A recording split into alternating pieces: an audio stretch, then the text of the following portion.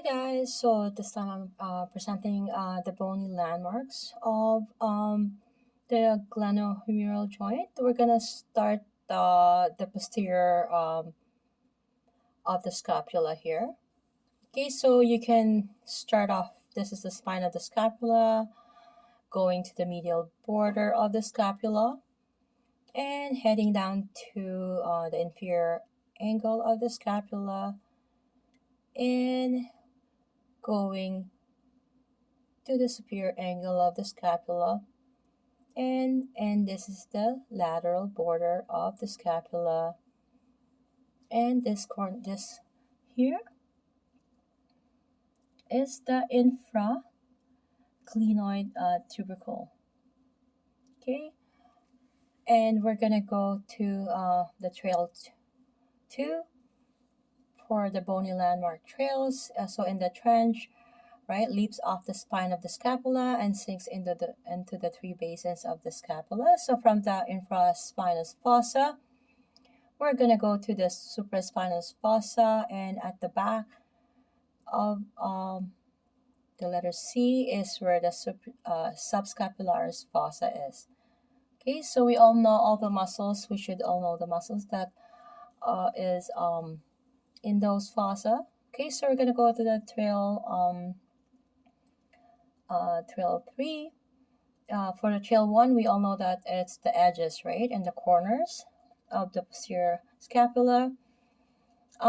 This time is the springboard ledge, so that leads around to the anterior shoulder, using the scapula's acromion as a jumping off point.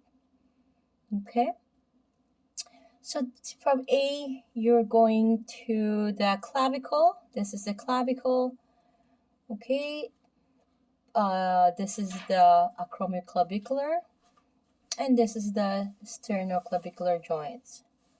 This is the coracoid process, and this is the deltoid tuberosity. Okay, this is the insertion for the deltoid muscle,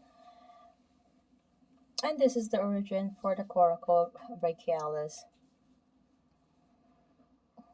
and also the short head of the bicep. Now we're gonna go with the trail 4, so 2 hills and a valley. Keep that in mind, okay? So focuses on the three landmarks located along the anterior and the proximal humerus. So from A is the greater tubercle, heading to the B, which is the intertubercular groove, and then going to the lesser tubercle. Keep that in mind. It's more so anterior, and like I said, 2 hills and a valley.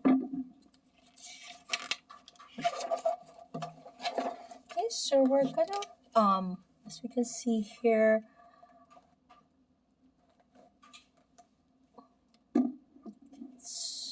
so here we can see that the spine of the scapula is a superficial ridge located just off the top of the shoulder.